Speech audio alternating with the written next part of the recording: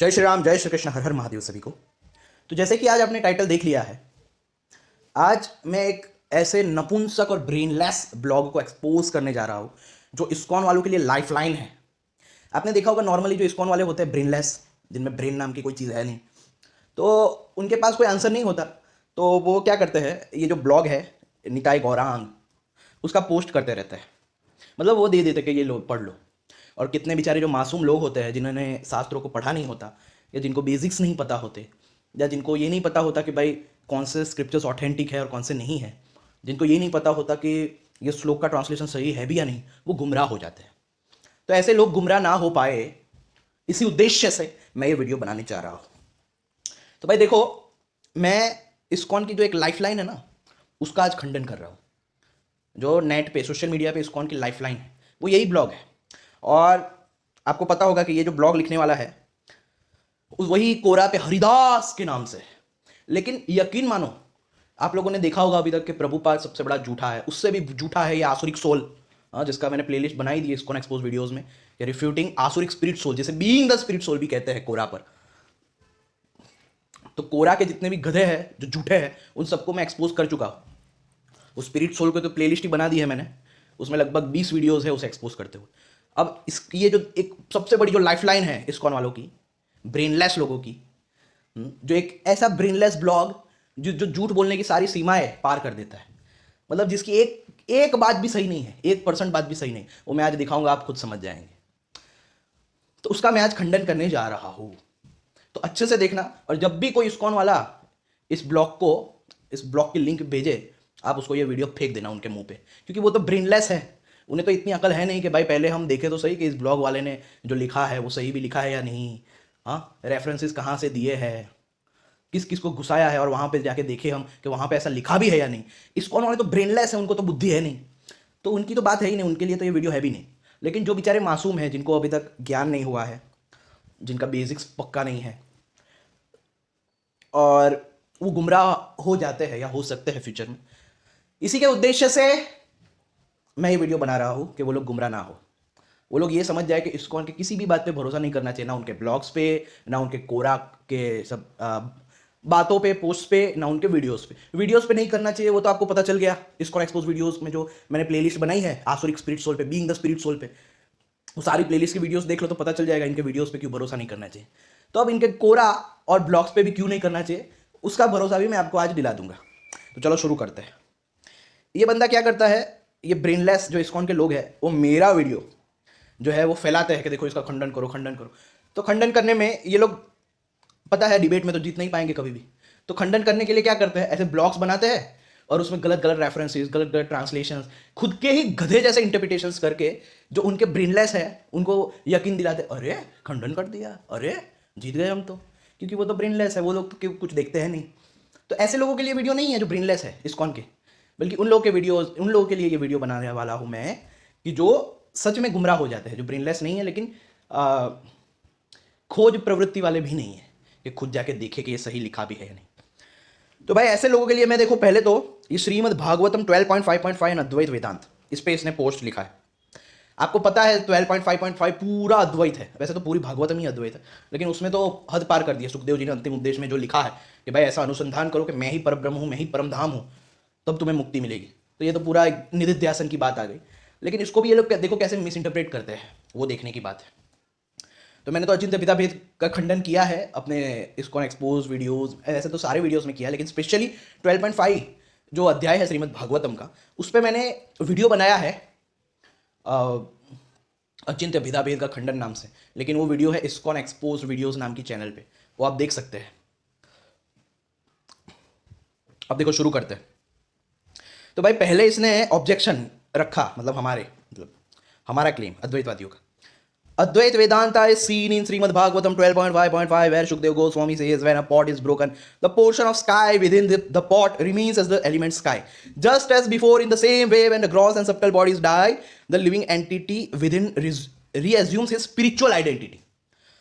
अब देखो यहाँ पे क्या किया, ब्रह्म का लिख दिया स्पिरिचुअल आइडेंटिटी, श्लोक में लिखा है ब्रह्म यानी परम तत्व, तो उसको कर दिया स्पिरिचुअल आइडेंटिटी। अब रेफ्यूटेशन में देखो, That's plain cherry picking. The verse has got nothing to do with impersonal liberation or non-difference between the Jiva and Brahman. Thus, where is the question of Advaita Vedanta coming into the picture? देखो ये खुद ही अपना पहले तो गलत translation करेंगे और फिर रेफ्यूटेशन में खुद ही अपने और से लिखेंगे कि भाई प्लेन चेरी पिकिंग है, इसमें जीव और ब्रह्म के नॉन डिफरेंस की कहां बात की गई है। गलत ट्रांसलेशन करेंगे और फिर खुद बोलेंगे कि जीव और ब्रह्म के मतलब समझ रहे हो। तो देखो ऐसे इनके ब्लॉग्स भी ब्रेनलेस है, मतलब ब्लॉग्स लिखने वाले जो कोरा पे लिखने वाले लोग हैं वो खुद अपने आप में ब्रेनलेस है, बुद्धि नाम की कोई चीज ही नहीं इन लोगों में। अब देखो वही मैं श्लोक दिखाता हूं।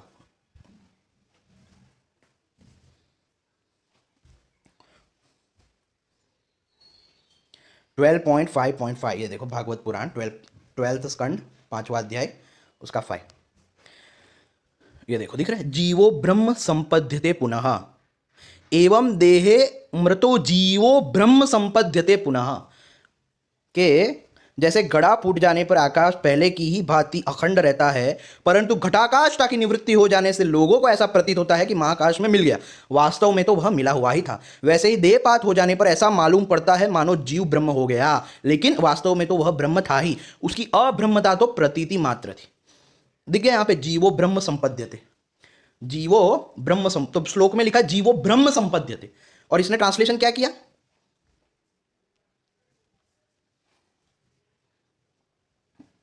आपने देखा इसने क्या ट्रांसलेट किया कि भाई living entity with in resumes his spiritual identity. ब्रह्म का क्या कर दिया, स्पिरिचुअल आइडेंटिटी। तो यहां पे आएगा कि भाई वो वास्तविकता में ब्रह्म था ही, अपनी ब्रह्म अवस्था को प्राप्त हो जाता है। तो फिर नीचे एक तो गलत ट्रांसलेशन करता है, फिर उसी में लिखता है कि भाई यहां पे जीव और ब्रह्म की कहां बात हुई। अब आप सोचो कि ऐसे ब्लॉग को ये ब्रेनलेस फॉलोअर्स अपनी लाइफलाइन मानते हैं। हाँ वैसे उनके लिए तो लाइफलाइन है ही, क्योंकि वो ब्रेनलेस है, तो ब्रेनलेस के लिए ब्रेनलेस ही लाइफलाइन है। लेकिन जो बेचारी भोली भाली जनता है या जो ज्ञानी भी है जिन्होंने शास्त्र पढ़े, वो हंस रहे हैं कि this type of talk they give. अब सोचो ऐसे लोगों को मैं चाइल्डिश ना बोलूँ, सड़क छाप ना बोलूँ, तो ऐसा कौन सा वर्ड है जो इनके लिए सूट करेगा। अब देखो यहां पे फिर से बकवास की है, अपने खुद की ही बकवास की है।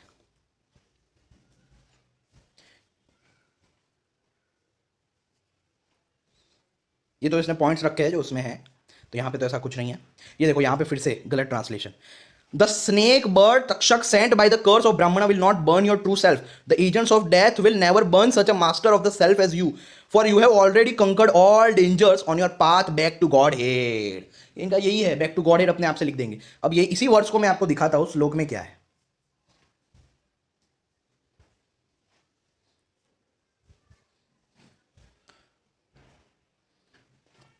ये देखो बैक टू गॉड हेड, या ऐसा कुछ नहीं है इस श्लोक में 12.5.10 में, बल्कि तुम इस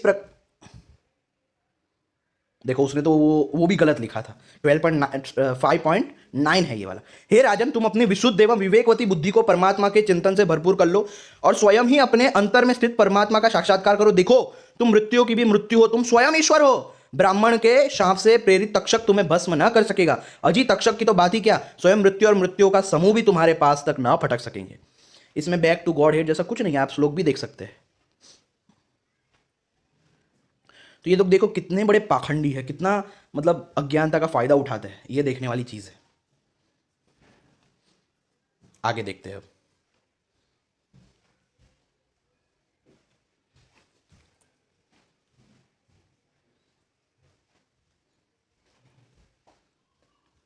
In fact, Nirakar Brahman is not given any importance in the entire text of Srimad Bhagavatam.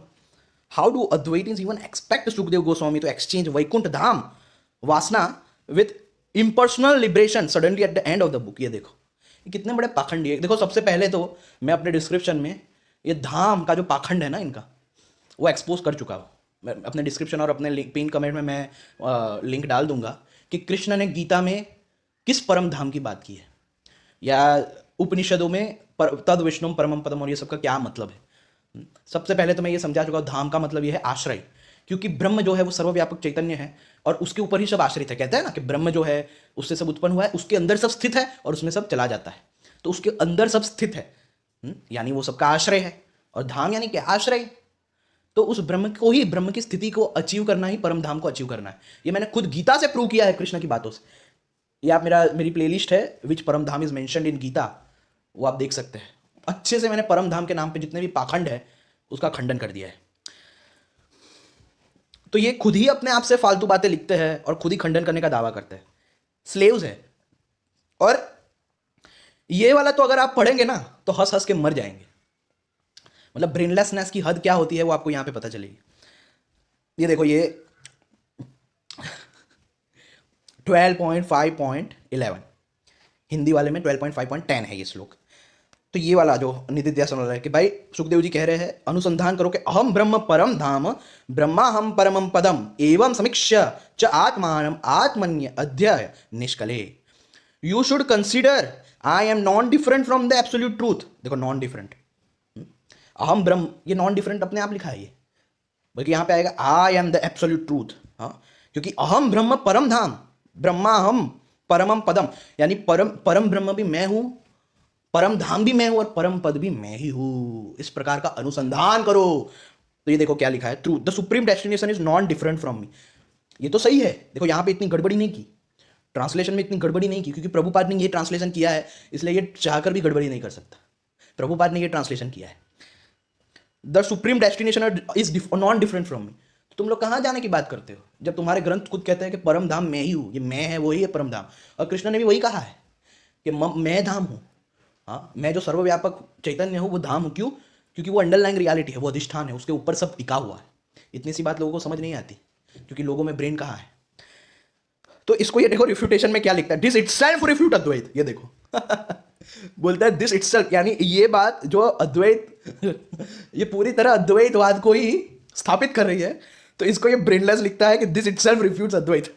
It mentions param dham. ये देखो, यानी परम धाम आ गया तो इसलिए अद्वैत रिफ्यूट हो गया। अरे भाई किस दुनिया में जी रहे हो? हाँ, अगर परम धाम तो गीता में भी है, तो क्या अद्वैतवादियों ने कमेंट्री नहीं की परम धाम पे, परम धाम के श्लोकों पे कि दिस इटसेल्फ रिफ्यूट अद्वैता? तुम्हारे परम धाम का कॉन्सेप्ट तो चाइल्डिश है, क्योंकि वैसा तो कॉन्सेप्ट है ही नहीं। खुद गीता में भी है, कृष्ण ने नहीं बोला कि मेरे परम धाम का नाम वैकुंठ है, मेरे परम धाम का नाम गोलोक है, वो ऐसा दिखता वैसा दिखता। गीता में क्यों नहीं है बच्चों? पुराणों से दिखाओगे तो पुराण तो सिंबॉलिक है और उसका आंसर मैं दे चुका हूं, लेकिन गीता में क्यों नहीं है? गीता में खुद क्यों कि कृष्ण ने कहा है कि परम धाम यानी ये जो अव्यक्त अक्षर अवस्था है उसे ही परम धाम, उसे ही परम गति कहते हैं। अव्यक्त और अक्षर अवस्था जो व्यापक है, मैंने वो पूरा अच्छे से समझाया है। इसलिए देखो इस्कॉन का जितना भी पाखंड है ना बैक टू गॉडहेड के नाम पर, एक ही वीडियो काफी है उसका खंडन करने के लिए। मेरी जो प्लेलिस्ट है कि कृष्ण ने किस परम धाम की बात की है, विच परम धाम इज मेंशन इन गीता, उसमें मैंने विष्णु पुराण, उपनिषद और भी बहुत सारे ग्रंथों से बताया कि परम धाम किसे कहा गया। वो प्लेलिस्ट आप देख लो, सच्ची कह रहा हूं देख लो। अगर वो बस एक प्लेलिस्ट आपने देख ली ना कि विच परम धाम किसकी बात की गई है। धाम यानी आश्रय, क्योंकि ब्रह्म इन सबका अधिष्ठान है इसलिए उसे ही धाम भी कहते हैं।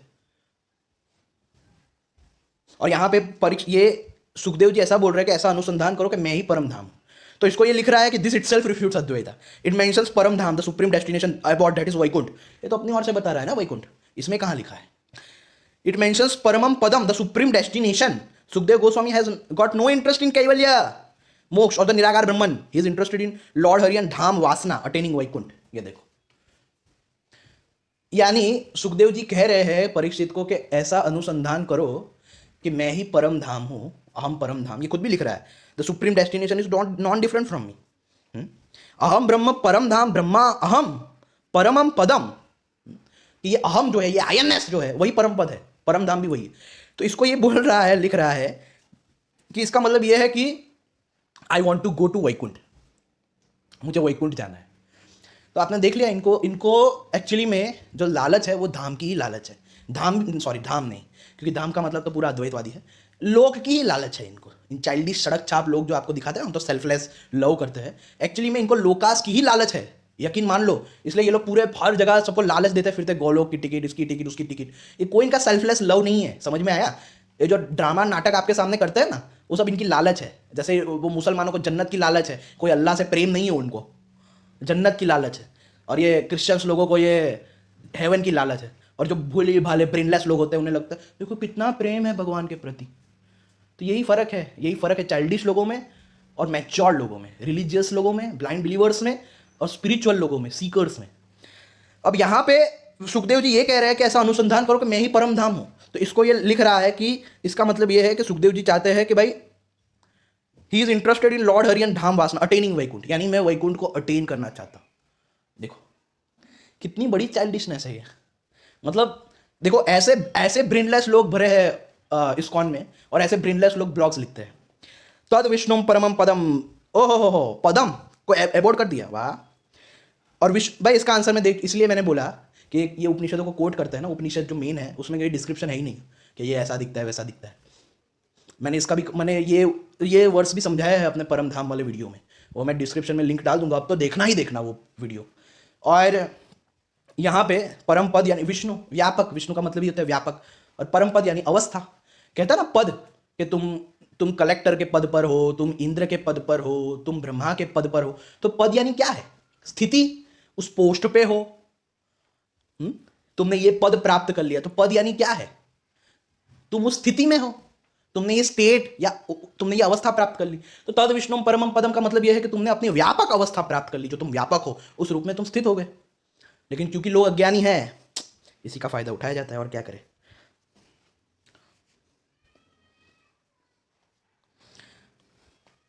ये देखो we are identical to Krishna, ये देखो अपने ही मन से इंटरप्रिटेशन डाल रहा है, अपने ही मन से, कि we are not different from our bodies, we are not related to the material body, and in fact even this material body we are related to spiritual world, and to the owner of the spiritual world we are identical to Krishna, to his Vaikuntha.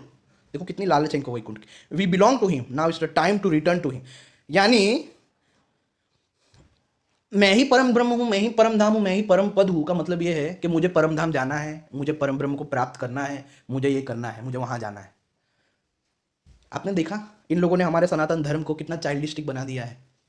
ऐसे brainless लोग खुलेआम घूम रहे हैं हमारे सनातन धर्म में, मुझे तो ये देख के शर्म आती है।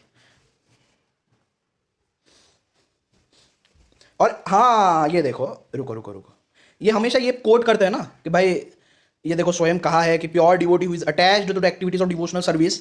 डिवोशनल सर्विस यहाँ पे लिखा नहीं है, ये अपनी ओर से डाला है, श्लोक में नहीं है। And who always engages in my service of my lotus feet, ये भी डाला है। Never desires to become one with me. तो भाई कैवल्य या अद्वैत वाले कभी ऐसा डिजायर नहीं करते। इनको यही नहीं पता कि सायुज्य का, अरे इनको क्या, मोस्ट ऑफ द लोगों को पता ही नहीं है कि सायुज्य और कैवल्य में क्या डिफरेंस है। कैवल्य यानी अपनी निर्गुण निराकार स्थिति में, जो आत्मा की ही स्थिति है, व्यापक आत्मा की स्थिति, उसमें स्थित हो जाना। और सायुज्य का मतलब यह है कि सगुण साकार में लीन हो जाना। तो भाई कोई भी अद्वैतवादी कभी सगुण साकार में लीन होना चाहता ही नहीं है, गधे। तो ये वर्ष दिखा के तुझे लगता है तूने अद्वैतवाद का खंडन कर दिया? हाँ, कोई भी अद्वैतवादी सगुण साकार में लीन होना चाहता ही नहीं है। पहली बात तो ये सगुण साकार में लीन और ये सब जो मुक्ति है ये पौराणिक है, पुराण में आई है, सिंबॉलिक है। क्योंकि ना योग दर्शन में ये 4 मुक्ति है, योग दर्शन में सिर्फ और सिर्फ कैवल्य मुक्ति की बात है। सांख्य दर्शन में भी सिर्फ और सिर्फ कैवल्य मुक्ति की बात है, आप लोग सर्च कर सकते हो, ऐसा ही नहीं बोल रहा मैं। न्याय दर्शन में भी कैवल्य मुक्ति की ही बात है, फिर वैशेषिका में भी कैवल्य मुक्ति की ही बात है। तो ये जो 4 दूसरी मुक्ति आई, सालोक्य, सामीप्य, सब चाइल्डिश, ये सिर्फ पुराणों में है। मैं ये नहीं कहता वो गलत है, लेकिन वो सिंबॉलिक है। सालोक्य का मतलब ये है कि वो भक्ति की अवस्थाएं है, कि भाई पहले ये मानना कि मैं भगवान, मतलब भगवान का ही ये सब कुछ है, तो वो सालोक्य। फिर सामीप्य यानी ये रियलाइज करना भक्ति की अवस्था में कि वो मेरे समीप है, वो मुझसे दूर नहीं है, वो मेरे समीप है, मेरे हृदय में ही है। फिर सारूप्य मोक्ष जो है, उसका मतलब ये है कि भाई ये जान लेना कि सब रूप उसके ही है। तो ये एक्चुअली में भक्ति की अवस्थाएं है, जिसको मुक्ति के रूप में लिखा गया है पुराणों में। लेकिन क्योंकि जो पुराने वैदिक दर्शन है उनमें ये सब मुक्तियां नहीं है, सिर्फ कैवल्य मोक्ष है, इसलिए मैं साफ साफ कहता हूँ कि ये मुक्तियां जो है वो बस एक सिंबॉलिज्म है, ये बताने का, भक्ति की अवस्था दिखाने का। बाकी ये सब मुक्ति कोई एग्जिस्ट नहीं करती। कोई भी माता पिता ऐसा नहीं हो सकता जो दुख में रखे और खुद आराम से मजे करे धाम में। ये सबसे बड़ी चाइल्डिश और ब्रेनलेस वाली बिलीफ है, जो मैं कभी नहीं मान सकता। बात खत्म यहाँ पे।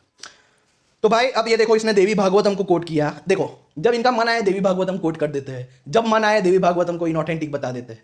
तो इनकी ये चुतियापंथी को आप समझो कि ये लोग एक्चुअली में अपने काम का जो होता है वो उठाएंगे, अपने काम का जो नहीं होता उसे, हाँ, ये एक्चुअली में मैं बताता हूँ, ये बाइबल कुरान वालों से भी गए गुजरे हैं, आर्य नमाजियों से भी गए गुजरे हैं। देखो आर्य नमाजी जो है वो तो खुलेआम बोल देते हैं कि भाई हम मानते ही नहीं है, सारी पुरानी इनऑथेंटिक। लेकिन ये उनसे भी बड़े हरामी क्यों है पता है? क्योंकि ये उन्हीं बातों को मानेंगे जिसमें कृष्ण और विष्णु की स्तुति या उनको सुप्रीमेसी होगी, बाकी सभी बातों को इनऑथेंटिक बता देंगे। तो ये तो आर्य नमाजियों से भी बड़े हाइपोक्रिट्स है। इसलिए आर्य नमाजियों पे मैं इतना एक्सपोज नहीं बनाता। क्यों? क्योंकि भाई वो इतने बड़े हरामी नहीं है जितने बड़े हरामी ये इस्कॉन वाले हैं। सच बता रहा हूं, उन्होंने तो पूरे पहले ही नकार दिया कि भाई हम मानते नहीं। लेकिन ये लोग तो उनसे भी बड़े हरामी है ना, कि ये भाई अपनी अपनी जहां जहां बात आएंगे उसको मानेंगे, बाकी सबको इनऑथेंटिक बता देंगे।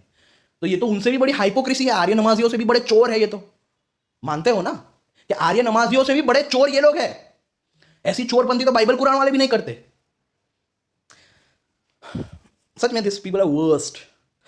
चलो, तो देवी भागवतम का इसने कोट किया, वो भी गलत ट्रांसलेशन। ये कोट किया वो भी गलत ट्रांसलेशन, मैं दिखाता हूं कैसे। देवी भागवतम 9.7.41 उसमें ये कोट करता है कि भाई लॉर्ड विष्णु कहते हैं, my bhaktas do not want non duality with Brahman not they aspire देवहुड, they want only to do seva to me and they are solely intent on doing this. अब देवी भागवतम में ये इसका काम का आया तो इसने कोट किया, लेकिन वो भी गलत ट्रांसलेशन, वो भी गलत ट्रांसलेशन। ये जो है ना, रुको, ये ब्रह्मत्वम मरत्वम, तो यहां पे मैं आपको दिखाऊंगा देवी भागवतम खोल के। यहां पे लिखा है ब्रह्मा जी के पद को नहीं चाहते, ऐसा नहीं लिखा कि नॉन ड्युअलिटी की मुक्ति नहीं चाहते। तो ये कुत्ता जो देवी भागवतम कोट करता है उसमें भी गलत ट्रांसलेशन करता है। अब मैं इसी, एक तो इसने रेफरेंस भी गलत दिया है, ये 9.7.41 नहीं है, मैंने चेक किया था 9.7.51 है। देखो मैं दिखाता हूं,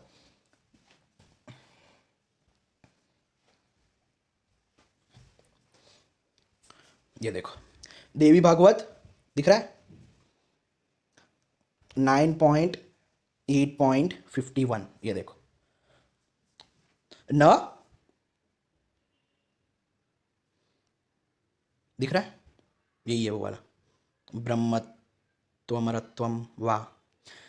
तो भाई देखो इसका ट्रांसलेशन क्या है, मैं ये भी दिखा देता। और ये जो कितने कुत्ते हैं, ये देखो यहाँ पे सालोक के आदि, यहाँ पे ये भी लिखा है कि सालोक के आदि मोक्ष भी नहीं चाहता, लेकिन इसने जानबूझकर सालोक के और आदि का ट्रांसलेशन नहीं किया, क्योंकि इन्हें तो लालच है ना, धाम की लालच है। और अगर धाम के बारे में भी ऐसा लिख देंगे, हाँ इस्कॉन वाले मोस्टली ऐसा करते हैं, आप जो भी रेफरेंस देना अगर वहाँ पे आप जाएंगे तो आपको कुछ और ही मिलेगा।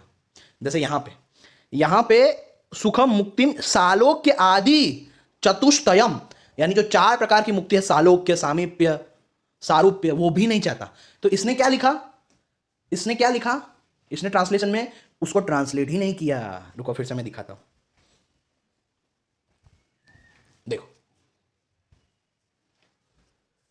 ये देखो, सालोक्य आदि चतुष्टयम न वांछति सुखम मुक्तिम, सालोक्य आदि जो 4 प्रकार की मुक्ति है वो भी नहीं चाहता।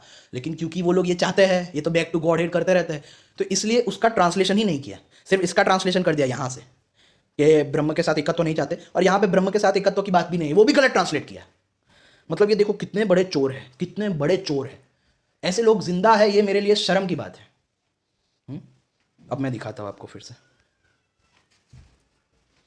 और देवी भागवत, अरे भाई देवी भागवत में जितना अद्वैत है ना, हाँ देवी गीता इसी में है। मैं आपको आज देवी भागवत की भी शेयर कराऊंगा, मजा आएगी। तो यहाँ पे ये जो ब्रह्मत्वम मरत्वम जो लिखा है वो ब्रह्मा जी के पद की बात की है, ये ब्रह्म की बात नहीं की, ब्रह्म के साथ एकत्व की बात ही नहीं है यहाँ पे। ये देखो ट्रांसलेशन देखो क्या है, वह सुख सालोक्य आदि 4 प्रकार की मुक्ति, ब्रह्मा का पद अथवा अमरत्व आदि कुछ भी नहीं चाहता। तो ये नॉन ड्युअलिटी विद ब्रह्मन की बात नहीं है, ब्रह्मा का पद, ब्रह्मा जी का पद नहीं चाहता, ये लिखा है। वह सदा मेरी ही सेवा में लगा रहना चाहता है। ये देख लो भाई, सालोक्य आदि यानी धाम भी नहीं चाहता, अरे सॉरी धाम नहीं, लोक, क्योंकि धाम का मतलब तो अद्वैत है, लोक भी नहीं चाहता, वैकुंठ और आदि, वो भी दिखाया करो। वह सुख सालोक्य आदि 4 प्रकार की मुक्ति, ब्रह्मा का पद अथवा अमृतत्व आदि कुछ भी नहीं चाहता है। वह सदा मेरी ही सेवा में लगा रहना चाहता है। वह स्वप्न में भी इंद्र, मनु, ब्रह्मा आदि के अत्यंत दुर्लभ पदों तथा स्वर्ग के राज्य आदि के भोगों की कामना नहीं करता है। हाँ सही है भाई। अब ये इसमें देवी भागवत को छेड़ ही दिया है, तो इसको मैं देवी भागवत की शेयर करा देता हूँ। चलो, पराभक्ति इन देवी भागवत, ये लोग ऐसे ही है। तो इनको, इनके जो चेरी पिकर्स है ना, इनको हमेशा यही बोलने का, देखो ये लोग चेरी पिकिंग में आदि शंकराचार्य को भी यूज़ करते हैं बहुत बार, भज गोविंदम दिखाते हैं। तो उनको यही बोलने का, मैं तेरी भज गोविंदम तभी, भज गोविंदम में पूरा अद्वैत ही है, अगर आप पढ़ेंगे तो। मैं भज गोविंदम तभी मानूंगा जब तू आदि शंकराचार्य की शिवानंद लहरी, सौंदर्य लहरी, इतने सारे जो शिव जी पे स्तुतियाँ है, देवी पे स्तुतियाँ है, गणेश जी पे स्तुतियाँ है, अगर वो सब तू मानेगा तभी मैं ये मानूंगा। हाँ भाई, जैसे को तैसा करते हो जाओ, इन लोगों के साथ ऐसा ही बिहेव करना है जैसा ये करते हैं। अगर वो तुम्हारी गीताओं को फेक बोले, जो कि पुराणों में ही पाई जाती है, ऐसा तो है नहीं कि कहीं और दूसरी जगह से बनाई गई है, तो तुम उनकी गीताओं को भी फेक बोल दो कि ये भी इनऑथेंटिक, बात खत्म। अगर वो तुम्हारी स्तुतियों को फेक बोले, तुम्हारे ग्रंथों को इनऑथेंटिक बोले, तो तुम भी उनके ग्रंथों को बोलो ना। तुम्हें इतना पता क्यों नहीं कि कलयुग का एक ही नियम है, जैसे को तैसा, बात खत्म। जैसे को तैसा, यही नियम है कलयुग का।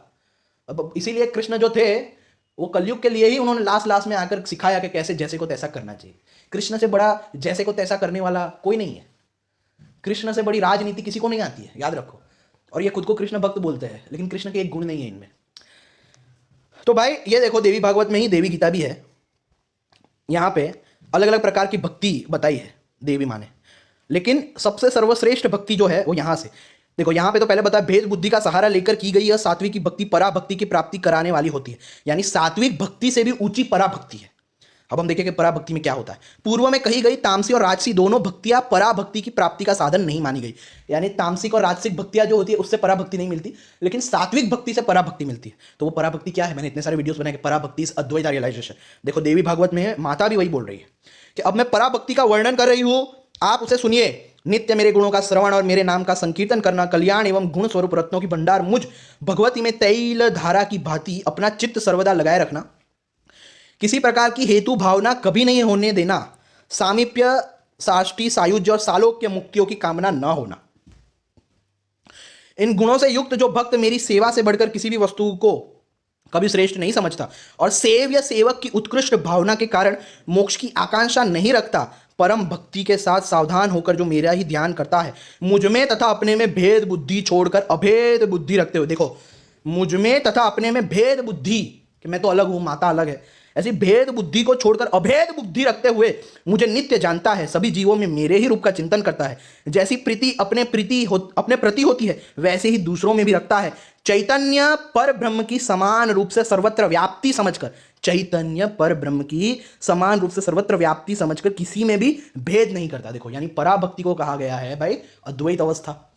और यहाँ पे जो सेवा की बात है तो कितने लोग ऐसा समझेंगे कि भाई मूर्ति में सेवा की बात नहीं, पराभक्ति को समझो। पराभक्ति में सेवा जो होती है वो ये है, सेवा का मतलब कि सबको माता का स्वरूप ध्यान कर सबकी सेवा करना, यानी ये जगत की, कहता ना worship to man is worship to God, कि अद्वैत रियलाइजेशन प्राप्त कर लिया कि ये सब माता का स्वरूप है, और फिर सबकी सेल्फलेस सेवा करना, सबके लिए निस्वार्थ भाव से सर्विस करना, इसे ही वास्तविक सेवा बताया गया है। सेवा का मतलब भी है इस्कॉन वाली धूर्तपंथी मत लेना कि भाई अपने गीता बेचकर हर लोगों को अपने में शामिल करना, कम्युनिटी बढ़ाना, और लोगों को ऐसा लगे कि ये तो भगवान का काम कर रहे हैं।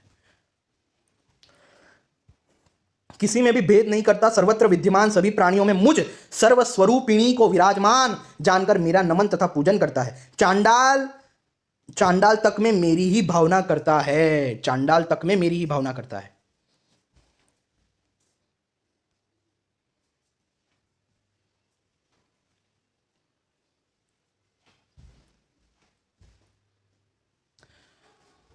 और भेद का परित्याग करके किसी से भी द्रोह भाव नहीं रखता। हे प्रभु, जो मेरे स्थानों का दर्शन, मेरे भक्तों का दर्शन, मेरे शास्त्रों के श्रवण तथा मेरे तंत्रों मंत्रों आदि में श्रद्धा रखता है। पर्वतराज, जो मेरे प्रति प्रेम से आकुल चित्त वाला मेरा निरंतर चिंतन करते हुए तो यही है पराभक्ति। ये देखो यहाँ पे एक इंपॉर्टेंट चीज है, कुछ लोग ज्ञान और भक्ति को अलग बताते हैं ना, मैंने बताया था पराभक्ति को ही ज्ञान कहते हैं, यानी अद्वैत रियलाइजेशन वाला ज्ञान। हे भूधर, इस प्रकार की पराभक्ति जिसके हृदय में उत्पन्न हो जाती है उसका उसी क्षण मेरे चिन्मय रूप में विलय हो जाता है, यानी उसका जीव भाव चला जाता है।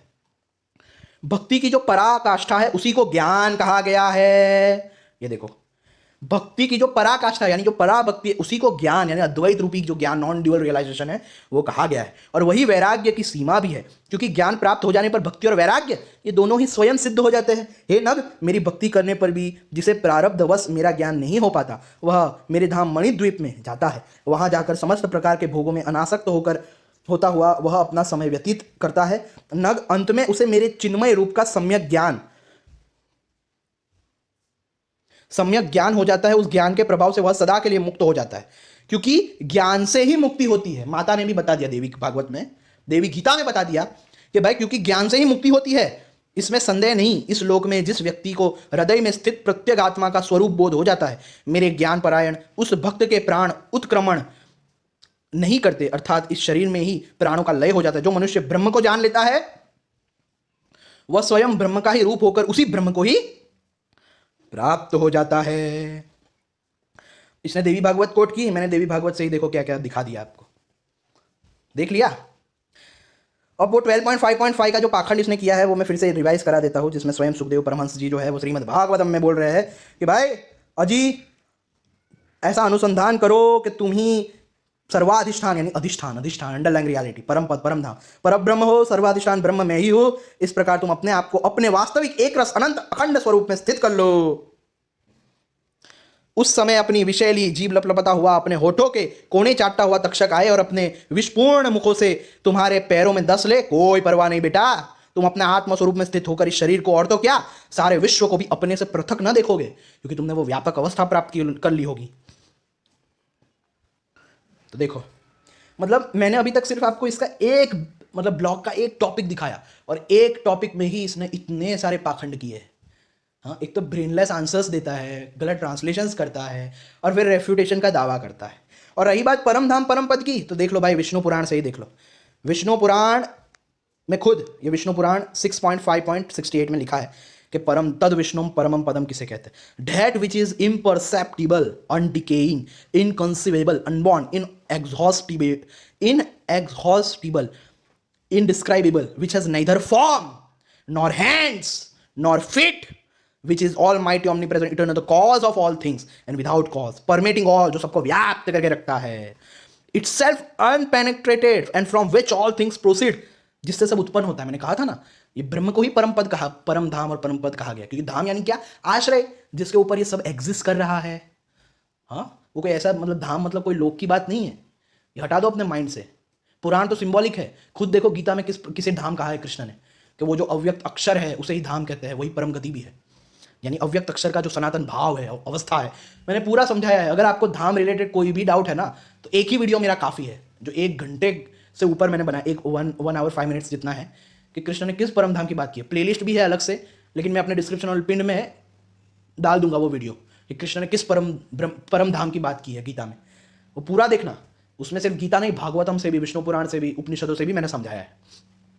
Which all things proceed, that is the object which the wise behold, that is ब्रह्म यानी ब्रह्मन, परम तत्व, that is the supreme state, यानी ब्रह्म को ही सुप्रीम स्टेट भी कहा गया, यानी सुप्रीम अवस्था। That is the object of contemplation to those who desire liberation, that is the thing spoken of by the Vedas, यानी वो जो अवस्था है, वो जो परम पद है, यानी जो अंडरलाइंग रियलिटी है, उसी को धाम कहा गया।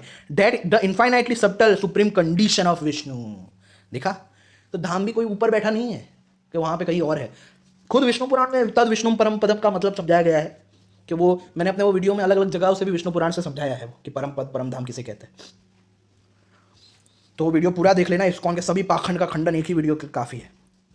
और भाई इसे ही भागवत भी कहते हैं, यानी यही अवस्था जो है उसे ही भागवत भी कहते हैं। और जो कहते हैं ना भगवान है, भागवत है, उनको भगवान क्यों कहा जाता है? क्योंकि वो उसी अवस्था में रहते हैं, सर्वव्यापक अवस्था में, अधिष्ठान के रूप में अपने आप को वो कन्विक्ट कर चुके होते हैं कि मैं वो अधिष्ठान हूँ, व्यापक हूँ। और इसीलिए उपनिषदों के सभी ऋषियों को भगवान कहा गया है। अगर आप उपनिषदों को पढ़ोगे, ये तो पाखंडी है, क्योंकि लोग अज्ञानी है, इसलिए ये कुछ भी बोलते हैं कि भगवान इसको ही कहा गया, उसको ही कहा गया। ये सब झूठ है, पाखंड है, अज्ञानता का फायदा है और कुछ नहीं। तो मैंने अभी तक एक ब्लॉग आपको दिखाया, एक ब्लॉग में हजारों गलतियां दिखा दी मैंने, सोचो। तो ऐसा ये पाखंडी कोरा पे हर जगह हरिदास के नाम से फालतू बातें बकता रहता है, इससे भी ज़्यादा झूठ बोला है वो। तो इसलिए कोरा पे हरिदास हो या ये निताई गौरांग नाम का जो ये ब्लॉग है इस्कॉन वालों का, कभी भी भरोसा मत करना, कभी भी भरोसा मत करना। देखो और भी खंडन में दिखाता हूँ, ये देखो, ये दावा करते हैं कि मायावाद का खंडन, देखो व्हाट अ जोक। और मायावाद के खंडन में क्या होता है इनका पता है? ये जो पूर्व पक्ष रखते हैं वही गलत रखते हैं। पहली बात तो इनका पूर्व पक्ष ही गलत होता है। मैं दिखाऊंगा कैसे। सबसे पहले तो ये फालतू के जो क्लेम्स है कि मायावादम शास्त्रम और ये सब, ये बकवास करेंगे सबसे पहले, उसमें भी गलत ट्रांसलेशन करेंगे, और फिर रामानुजा और मध्वाज और ये सबको उठा लाएंगे जिन्होंने कोई अद्वैत को कोई खंडन नहीं किया, जिन्होंने सिर्फ लोगों की अज्ञानता का फायदा उठाया। हाँ, और उसका आंसर भी दे दिया चुका है, वो कभी नहीं ये बताएंगे। एक्चुअली इस पर भी मैंने वीडियो बनाया है कि क्या फेक वैष्णवों से अद्वैतवादी हारे हैं, वो इसको एक्सपोज वीडियोज़ में मैंने बनाया है वो वीडियो। भाई ये देखो, एनालिसिस एंड रेफ्यूटेशन ऑफ मायावाद, देखा?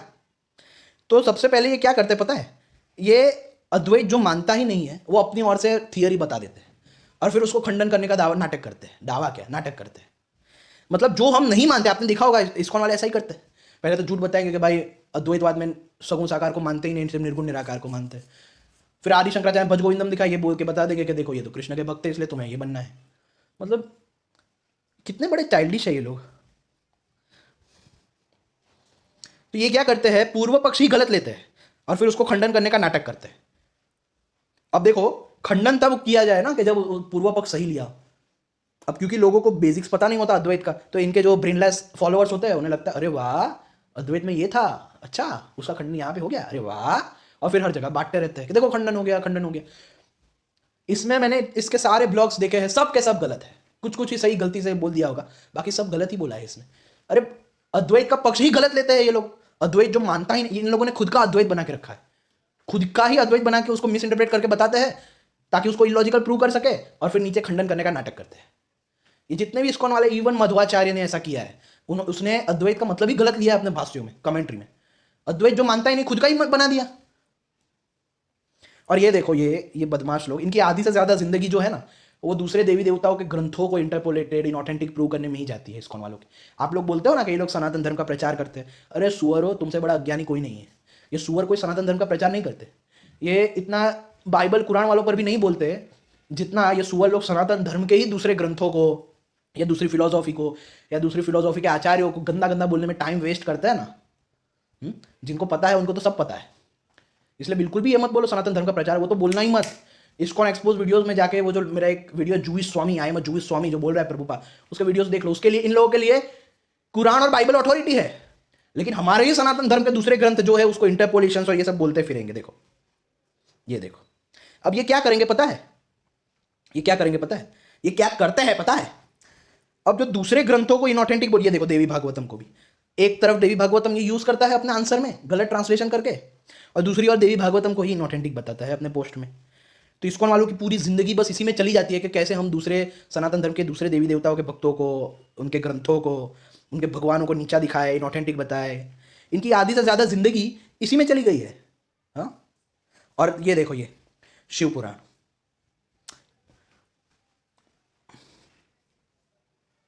ये देखो, बिकॉज इट इज अ तामसिक स्क्रिप्चर, देखा। लेकिन बाइबल और Quran is a pure sattvik that we consider it as authority, but हमारे सनातन धर्म के दूसरे देवी देवताओं के स्क्रिप्चर जो है वो तामसिक है, इनऑथेंटिक है, इंटरपोलेटेड है। तो अभी भी आप मानते हो कि ये सनातन धर्म के प्रचारक है? थोड़ी बुद्धि आई है अभी, थोड़ी तो बुद्धि लाओ। अब ये देखो, ये देखो ये क्या करेगा, Sanat Kumar is not found, Sad Samhita is not found, Rudra Samhita is not found. ये देखो सबको ही इनऑथेंटिक। अब क्योंकि ये लोग शिव पुराण को पूरी तरह इनऑथेंटिक तो नहीं बता पाएंगे, क्योंकि इनके ही ग्रंथों में 18 पुराणों में नाम आया है शिव पुराण का, नहीं तो अगर नाम ना आया होता तो बता देते, सच बोल रहा हूँ। लेकिन ये उनमें घालमेल जरूर करेंगे कि ये तो इंटरपोलेटेड है, वो इंटरपोलेटेड है, ये ऐसा है, वो ऐसा है। अब ये जिस जिस मतलब हिस्टोरियंस का सबूत लेते हैं ना, उन्हीं हिस्टोरियंस लोगों ने खुद भगवत गीता को इंटरपोलेटेड बताया है कि महाभारत में पहले नहीं थी भगवत गीता, तो बाद में डाली है। वो हिस्टोरियंस खुद भागवतम को इंटरपोलेटेड बताते हैं, वो हिस्टोरियंस खुद सारे पुराणों को इंटरपोलेटेड बताते हैं। लेकिन ये सुअर लोग जब खुद के पुराणों की बात आती है तो उन्हें गुस्सा आ जाता है कि भाई ये बोलता है, मिलावट बोलता है, ये बोलता है। मैंने एक ब्रह्म वैवर्त पे क्या वीडियो बना दिया था, ये सुअर रंडी माँ की नाजायज पैदाइश है, हर तरफ भौंकने लगे थे कि भाई ये तो देखो सबको ये बना देगा, मिलावट बता देगा। और ये सुअर लोग खुद दूसरे पुराणों को पूरे दिन मिलावट बनाने पे अपना पोस्ट लिखते रहते हैं। इसके एक भी ब्लॉग में आपको कहीं पे भी मुस्लिम क्रिश्चियंस का खंडन कहीं नहीं मिलेगा। आपको सारे ब्लॉग में मायावादियों के बारे में बुरा, मायावादी आचार्यों के बारे में बुरा भला, हम शैव शाक्त तो उनके ग्रंथों के बारे में, उनके पथ के बारे में बुरा भला, बस यही मिलेगा। और फिर भी कुछ हमारे यहाँ पे रंडी माँ की नाजायज पैदाइश जो है वो बोलती है कि ये लोग सनातन धर्म का प्रचार कर रहे हैं। अब ऐसे लोगों को देख के ही मार डालने का मन ना करे तो आप खुद बोलो क्या मन करना चाहिए। तो भाई अगर ये लोग आपके ग्रंथों को इनऑथेंटिक या इंटरपोलेटेड बोले ना, तो आप भी उनके ग्रंथों को बोल दो, क्या शर्माना उसमें। वैसे भी शैवा शाक्ता आचार्य हुए ही है, उन्होंने तो इनके ग्रंथों को इंटरपोलेटेड और रॉन्ग बताया ही है। शैव शाक्ता बहुत सारे आचार्य हुए हैं, वो तो उनके बारे में पता नहीं, आप रिसर्च करना तो पता चलेगा। शैव आचार्य, शाक्ता आचार्य, गणपति आचार्य, सौर आचार्य, कौमार आचार्य, इतने सारे संप्रदायों के आचार्य हुए, तो उन्होंने भी बहुत इनके खिलाफ लिखा है, इन कुत्तों के ग्रंथों के खिलाफ, इस्कॉन वालों के। खुद वैष्णवाचार्य कितने हैं जो इन चुअरों के ग्रंथों को नहीं मानते। और ये हिस्टोरियंस पर जब भी जाए ना कि हिस्टोरियंस ने ये बोला वो बोला, तो भाई इनको बोलो हिस्टोरियंस तो खुद तुम्हारी ग्रंथों को भी बोलते हैं। ये गर्ग संहिता तो खुद हिस्टोरियंस बोलते हैं कि 18 सेंचुरी में आई। ब्रह्म वैवर्त को खुद बोलते हैं हिस्टोरियंस के 15 सेंचुरी 14 सेंचुरी में आई, 15 सॉरी। और उसके अलावा और कौन कौन से है, भगवत गीता को अपने आप में इंटरपोलेटेड माना गया है कि आदि शंकराचार्य ने इसे डाला है स्पेशली बौद्ध लोगों का खंडन करने, ये हिस्टोरियंस मानते हैं। तो अगर तुम्हें हिस्टोरियंस की ये बातें माननी है ना जो दूसरे ग्रंथों के बारे में बोलते हैं, तो तुम्हें उन्हीं हिस्टोरियंस की अपने ग्रंथों पर जो बातें बोलते हैं उसे भी मानो। समझ आया? तो इसीलिए मैं कहता हूं जैसे को तैसा करना सीखो। इन लोगों के साथ यही बर्ताव करना है। अभी आपको बहुत इनको झेल लिया भाई, कितना झेलोगे? ये गलती पैगन ट्रेडिशंस ने की थी, अब्राहमिक लोगों को झेल कर। अब्राहमिक लोगों की पॉपुलेशन बढ़ी तो पैगन ट्रेडिशंस को मार डाला। अगर तुम चाहते हो तुम्हारा भी यही हौसला हो तो इनको झेलते रहना, वरना तैयार हो जाओ। ये देख के इनको ठलाक, क्योंकि ये लोग वायरस है ना, वायरस को क्या आप फैलने दोगे या उसको उसका अंत करने का रास्ता ढूंढोगे, निकालोगे कि नहीं भाई वायरस को तो फैलने दो यार, अहिंसा परमो धर्म, फैलने दो वायरस को, अपने को क्या, वही वायरस वायरस तुम्हारी अहिंसा निकाल देगा। तो ये जो इस्कॉन वालों की सोच है वो वायरस और ये सबसे भी बहुत भयानक है। और प्रभुपाद ने तो बोला ही है कि भाई ऐसे हमें मार्च चाहिए, जो कृष्णा में बिलीव नहीं करेगा उसको ब्लाम उड़ा दो। इस जूइस रियलिटी का एक्सपोज जो प्लेलिस्ट है वो देख लेना, पता चल जाएगा। तो भाई अभी ही वक्त है, अगर अभी इन लोगों को ठिकाने ना लगाया गया तो बहुत देरी हो जाएगी, सही बता रहा हूँ। और ये लोग जितने भी रेफरेंसेस लिखे अब आपको पता चल गया है। मैंने एक आपको बता दिया, एक में इनका पाखंड बता दिया, इतना सारा पाखंड है। ऐसे ही सारे ब्लॉग में ये गलत उल्टे पुल्टे ट्रांसलेशंस करते हैं, रॉन्ग इंटरप्रिटेशंस करते हैं, और मोस्ट ऑफ तो अपने ही खुद के ग्रंथ बना के बोलते हैं, सनत कुमार संहिता और ये पता नहीं कहाँ कहाँ खुद के ग्रंथ, चैतन्य उपनिषद, उन सबसे कोट करते हैं। तो इनकी बातों पे कभी भरोसा मत करो, मैं बोल रहा हूँ ना, कभी भी भरोसा मत करो। अद्वैतवादी सही है, अंडरस्टैंडिंग अद्वैत वेदांता का वो जो साइट है उसे अच्छे से पढ़ो समझो, उसमें सारे रेफ्यूटेशंस और सारे क्लेम्स के आंसर्स और सब कुछ दिया गया है, उसके सारे कंटेंट्स पढ़ो समझो, और जगत गुरु ब्लॉग के भी। तो बस मुझे इतना ही बताना है कि भाई ऐसे ब्लॉग्स या ऐसे सब पे भरोसा, अरे इसको नाम से ही भरोसे के लायक नहीं है। ब्लॉग्स तो दूर की बात, कोई दिख जाए ना पर्सनालिटी ऑफ गॉड हेड ऐसा लिखता हुआ, समझ जाना ये इस्कॉन का है, फिर आंसर पढ़ने की जरूरत ही नहीं है, क्योंकि आंसर में सब पाखंडी किया है उन लोगों ने। तो चाहे ये खुद की ही मर्जी से बना देते हैं कि मध्वाचार्य ने ऐसा बोला, रामानुजाचार्य ने ऐसा बोला। अब सोचो जब ये लोग खुलेआम ट्रांसलेशन गलत करते हैं तो आपको क्या लगता है आचार्य के नाम से जो ये बोलते हैं वो क्या सही बोलते होंगे? बिल्कुल भी सही नहीं बोलते। मोस्ट ऑफ ये जो बोलते हैं ना कि Madhvacharya says this, Baldev Bhushan says this, Ramanuja says this, वहां पे आप जाके उन्हें पूछना कि भाई मुझे बुक दिखा, कहाँ पे लिखा है, स्क्रीनशॉट भेज, पीडीएफ भेज, वो नहीं भेज पाएंगे। क्यों? क्योंकि उन्हें पता है कि वो लोग तो झूठ बोल रहे हैं ना, उनका नाम का सहारा ले रहे हैं कि लोगों को लगे अरे भाई देखो कितने ज्ञानी है ये लोग। इनका सब यही है, सब यही है। इसलिए इन पर से भरोसा करना छोड़ दो, वो कुछ भी भौंके, सब गलत है, सब इनऑथेंटिक है। और रियल ट्रेडिशन से जुड़ो, अद्वैत को समझो, उसके सारे डाउट्स क्लियर करो, बेसिक्स को क्लियर करो। बेसिक्स एक बार क्लियर हो जाएंगे, जो मेरे जीव और आत्मा की जो सीरीज है, प्लेलिस्ट है, उसको देखो तो मोस्ट ऑफ सभी आपके डाउट्स अद्वैत रिलेटेड क्लियर हो जाएंगे उन वीडियोस को देखने से। तो जय श्री राम, जय श्री कृष्ण, हर हर महादेव। रुको, एक और चीज़ मुझे बतानी है। इस्कॉन एक्सपोज वीडियोस नाम की जो मेरी चैनल है उसमें आप जाकर ये आसुरिक स्पिरिट सोल, जैसे बीइंग द स्पिरिट सोल भी कहते हैं, क्योंकि ये इस्कॉन वाले आपको पता है ये नपुंसक है, इनको खुद तो पता होता नहीं कि क्या सही क्या गलत। तो वो ब्लॉग भी दिखाया मैंने। वैसे ये एक सुअर है जो मुझ पर वीडियो बनाने का दावा करता है, लेकिन सब गलत दिखाता है, मेरी बातों को मिस इंटरप्रेट करना, हाँ रॉन्ग दिखाना, खुद ही कोट बना के दिखाना, अज्ञानता का फायदा उठाना। तो उसके ऊपर मैंने देखो ये इतने सारे वीडियोस बनाए हैं। उसके हार्पिक वाले क्लेम पर भी 1 2 3 4, फिर ये गीता प्रेस ने क्या गलत ट्रांसलेट किया एक जगह, उसके ऊपर वीडियो बनाए हैं। तो ये बीइंग द स्पिरिट सोल जो है, जैसे आसुरिक सोल भी हम कहते हैं, आसुरिक स्पिरिट सोल, उसकी पूरी प्लेलिस्ट है, दिखा देना जब भी वो लोग इसका वीडियो भेजे, तो मैंने पूरी प्लेलिस्ट ही बना दी है। उसके अलावा ये इस्कॉन जूइश रियलिटी देखो, आपको पता चलेगा कि क्या सच में ये सनातन धर्म का प्रचार कर रहे हैं या बहुत बड़ा एक जूइश षड्यंत्र है। और हाँ, सबसे इंपॉर्टेंट चीज, ये विच परम धाम इज मेंशन, ये तो पहले देखना, इसका फर्स्ट पार्ट देखना कि गीता में कृष्ण ने किसको परम धाम कहा है, ये पहले देखना।